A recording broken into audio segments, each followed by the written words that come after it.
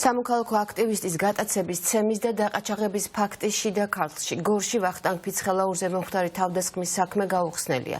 დანაშაული გუშინ მოხდა აქტივისტ ნიღბიანები წმინდა წყლის დასახლებაში საკუთარ სახლთან ჩაუსაფრდნენ, ის მანქანაში ძალის გამოყენებით ჩასვეს ქალაგარეთ წაიყვანეს და ფიზიკურად გაუსწორდნენ. ამ დრომდე დაუდგენელმა პირებმა აქტივისტს წაართვეს პირადი ნივთებიც.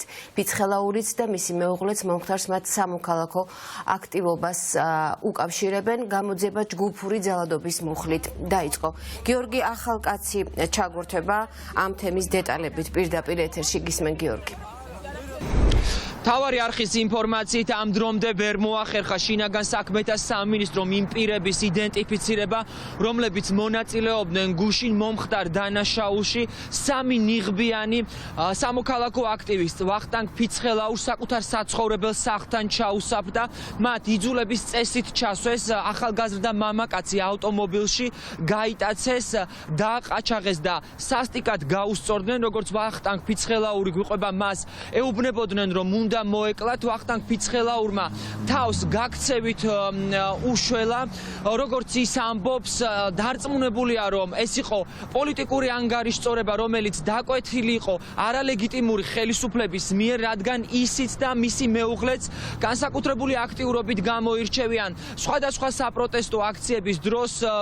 ბოლო კვირების თუ თვეების განმავლობაში ისინი დგანან დედაქალაქის მთავარ გამზირზე და აპროტესტებენ როგორც ქვეყნის გარუსებას, ისე ითხოვენ ხელახალ არჩევნებს. ვახტანგ ფიცხელაურის საცხოვრებელ სახლთან ახლოს მდებარეობს არაერთი კომერციული ობიექტი და როგორც ის ამბობს, თუ იქნება სამართალდამცველების ნება, უნდა ამოიღონ მათ კამერების ჩანაწერები და სულ მცირე ამ კამერების ჩანაწერში კარგად უნდა იყოს აღბეჭდილი, თუ როგორ გადაადგილდება ის ავტომობილი, სადაც იმყოფებოდნენ ნიღბიანი პირები, ის ადამიანები, რომლებმაც ჩაიდინეს დანაშაული.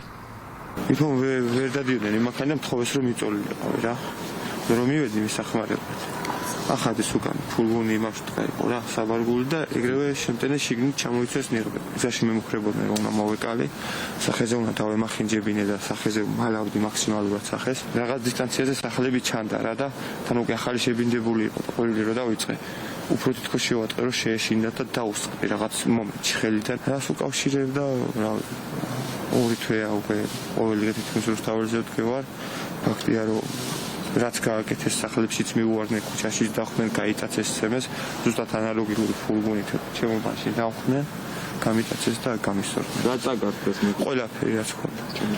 საფულე, მობილური ტელეფონი, უსასმენი, რომელიც ერთი წელი გადამშა და ესეთი შემთხვევით სახლში დამშა და მაგით დამშა. და მაგას სახლის და სამსახურის გასახდით. შავი დაბოლომდე შავი ნიღბი როგორც პერსონაჟებს როაცეთ ეგეთი ნიღბებია. მაგიტო ვიძახი რა, ერთი დეტალს ვერ ვიპოვი, რომ სხვა რამეზე ვიფიქრო გარდა იმისა, რაც ქვეყანაში ხდება. პოლიციაში დაკითხვამაც კი მაფიქრებინეს იმას, რომ სისტემა აგერ ჩემობაში მოვიდა და გამიტაცა. დაახლოებით 15 ან 20 წუთის განმავლობაში ყავდათ წაყვანილი, მეტი არა, რადგან საბედნიეროდ მოახერხა გამოქცევა. ცემეს წართმეული აქვს პირადი მოხმარების საგნები, საფულე, მობილური ყურსასმენები, ანუ რაც თან ქონდა ყველაფერი წაართვეს. ახო ნებისმიერ აქციაში, რაც ამ ბოლო წლებში საქართველოში ტარდება ჯანსაღი საზოგადოების მხრიდან, იღებს მონაწილეობას. მათ რომ მიზანი მიეღწიათ, ვახოც და მეც და კიდევ ძალიან ბევრი ადამიანი, ვინც ახლა ვიბრძვით, ვიქნებოდით სახლებში, იმიტომ რომ 54-ზე მეტი უკანონო პატიმარი არის ჩვენს ქვეყანაში, გატაცებულიც ბევრია, ნაცემიც ბევრია, ზოგ სახლებში შეუვარდნენ საერთოდ, მაგრამ არ გავჩერებულ ვართ, არ გავჩერდებით და ესენი დამთავრდებიან ძალიან მალე. ვახტანგ ფიცხელაურის საცხოვრებელ სახლთან წუხელგვიან ღამით მობილიზებული იყო პოლიცია, ასევე სასწრაფო სამედიცინო დახმარების ჯგუფი, რომელმაც გაუწია ახალგაზრდა მამაკაცს პირველადი სამედიცინო დახმარება. ვახტანგ ფიცხელაური გვიან ღამით გორის პოლიციაში გამოკითხვაზე გადაიყვანეს, თუმცა ეს პროცესი დროზე ადრე დასრულდა, რადგან როგორც ფიცხელაური ამბობს, სამართალდამცველები მისი შეფასებით არ არიან დაინტერესებული საქმის ობიექტურად გამოძიებით და დამნაშავე პირების პირების იდენტიფიცირებით გორის პოლიციასთან სამოქალაქო აქტივისტის მხარდასაჭერად მოსულები იყვნენ კოალიცია ცვლილებების წარმომადგენლები და ასევე სამოქალაქო აქტივისტები. ისინი განვითარებულ მოვლენებზე პასუხისგებლობას არალეგიტიმურ ხელისუფლებას აკისრებენ. დღეს 18 საათზე შიდა ქართლის სამხარეო პოლიციასთან სამოქალაქო აქტივისტის მხარდასაჭერად მოქალაქეებმა ჩანიშნეს საპროტესტო აქცია. ისინი მოუწოდებენ სხვა ადამიანებსაც რომ მივიდნენ და დააფიქსირონ საკუთარი პოზიცია ძალადობის და პოლიტიკური ანგარიშწორების წინააღმდეგ.